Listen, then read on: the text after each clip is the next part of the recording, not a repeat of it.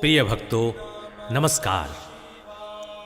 भक्तों, क्या आप दुष्ट आत्माओं से भयभीत हैं और उनसे मुक्ति पाना चाहते हैं?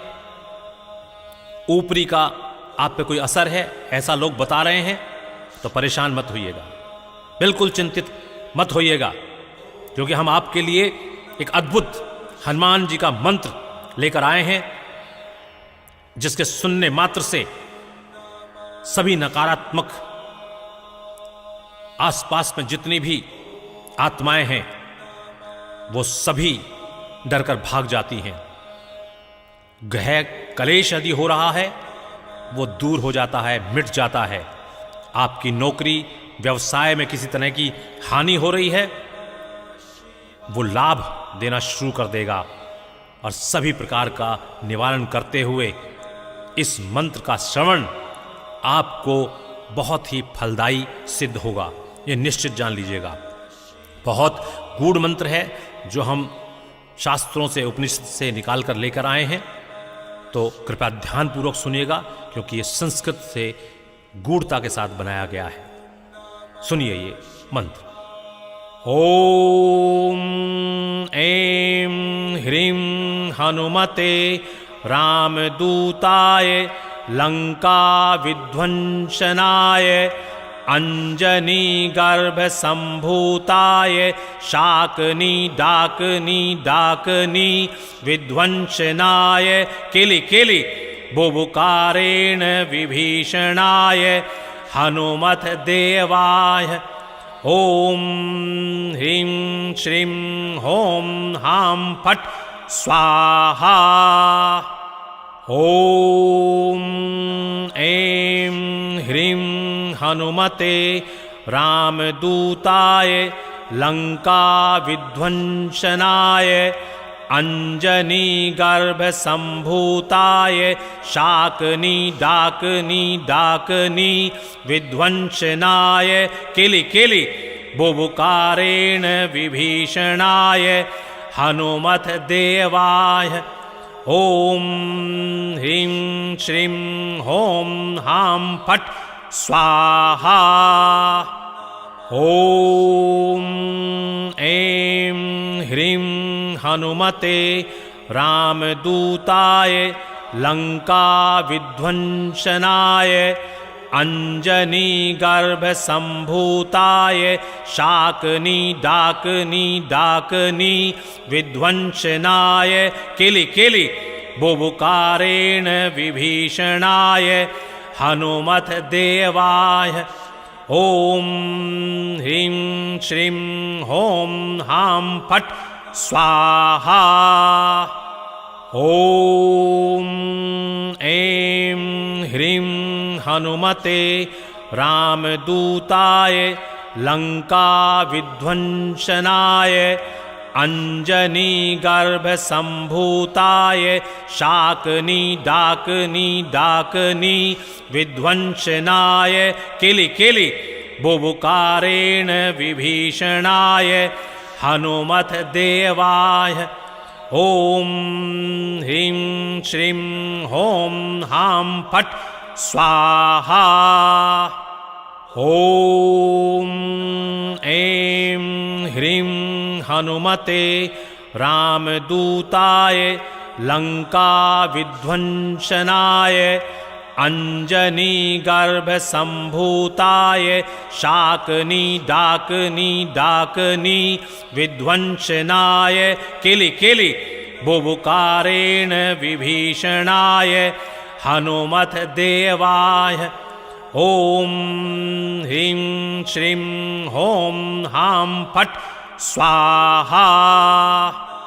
ओम ऐं ह्रीं हनुमते रामदूताय लंका विध्वंसनाय अंजनी गर्भ संभूताय शाकनी डाकनी डाकनी विध्वंसनाय किलि किलि बुबुकारेण विभीषणाय हनुमत देवाय ओम ह्रीं श्रीं होम हां फट् स्वाहा।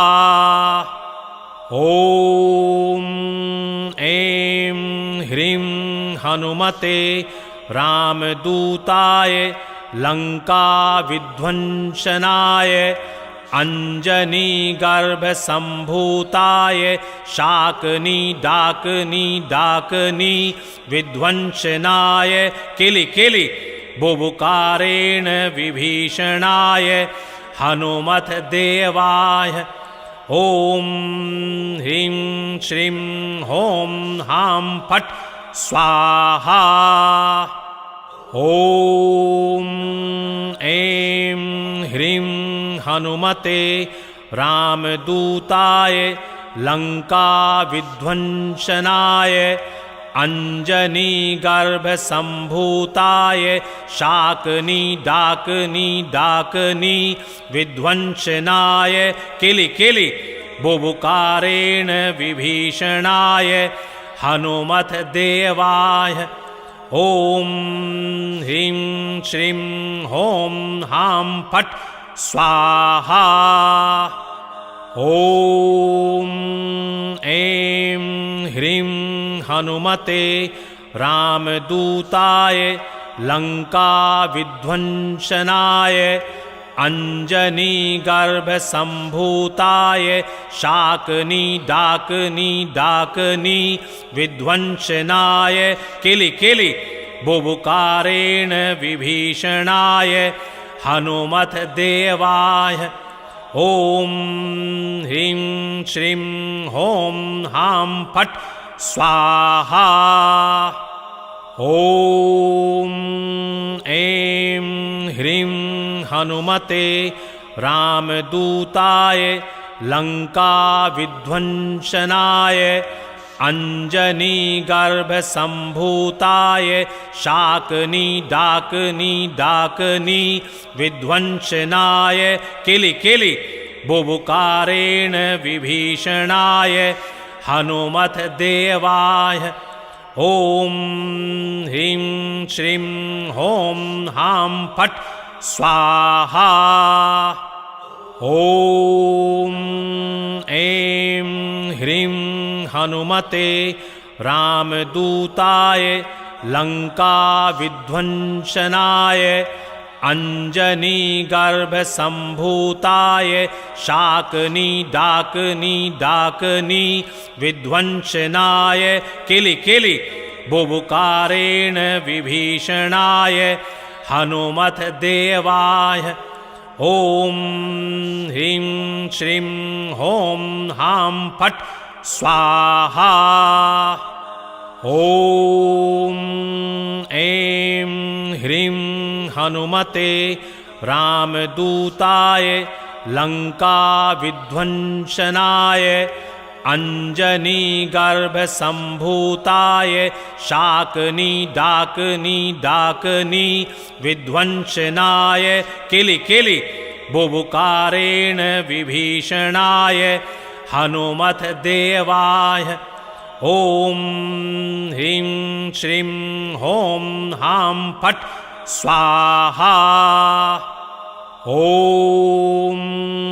ऐं ह्रीं हनुमते रामदूताय लङ्काविध्वंसनाय अंजनीगर्भसम्भूताय शाकनी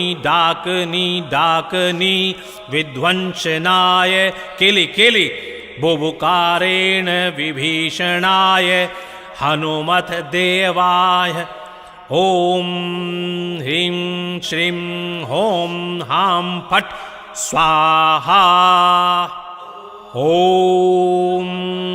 ऐं ह्रीं हनुमते रामदूताय लङ्काविध्वंसनाय अंजनीगर्भसम्भूताय शाकनी विध्वंसनाय किलिकिलि बुबुकारेण विभीषणाय हनुमत देवाय ॐ ह्रीं श्रीं ॐ हां फट् स्वाहा। ॐ ऐं ह्रीं हनुमते रामदूताय लंका विध्वंसनाय अंजनी गर्भ संभूताय शाकनी डाकनी डाकनी विध्वंसनाय किलि किलि बुबुकारेण विभीषणाय हनुमत देवाय ओम ह्रीं श्रीं हों हां फट् स्वाहा ओम ऐं ह्रीं हनुमते रामदूताय लंका विध्वंसनाय अंजनी गर्भ संभूताय शाकनी डाकनी डाकनी विध्वंसनाय किलि किलि बुबुकारेण विभीषणाय हनुमत देवाय ओम ह्रीं श्रीं हों हां फट् स्वाहा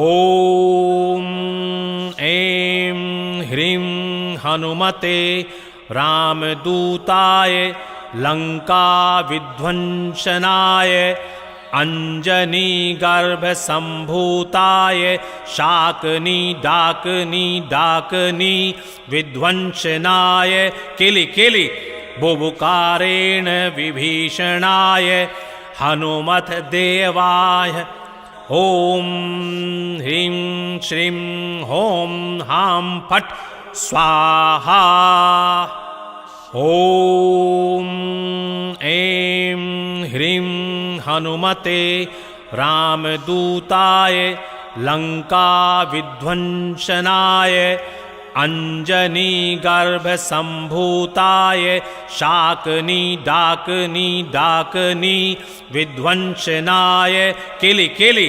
बुबुकारेण विभीषणाय हनुमत देवाय ओम ह्रीं श्रीं हों हां फट् स्वाहा ओम ऐं ह्रीं हनुमते रामदूताय लंका विध्वंसनाय अंजनी गर्भ संभूताय शाकनी डाकनी डाकनी विध्वंसनाय किलि किलि बुबुकारेण विभीषणाय हनुमत देवाय ओम ह्रीं श्रीं हों हां फट् स्वाहा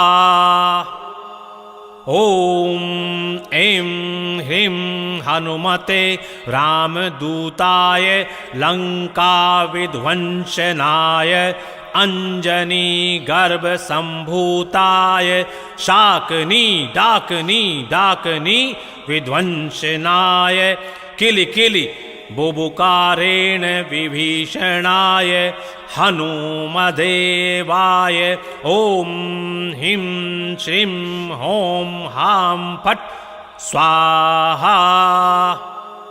तो भक्तों, ये है वो मंत्र जो हम शास्त्रों से निकाल कर लाए हैं और इसके सुनने मात्र से किसी भी दुष्ट आत्मा का प्रभाव आपके ऊपर नहीं होगा। किसी भी तरह की ऊपरी का साया या किसी ने कुछ भी करवाया है वो सब नष्ट हो जाएगा। ये विश्वास जानिए, ये गुरु जी महाराज का आशीर्वाद है। तो बोलिए हनुमान जी महाराज की जय।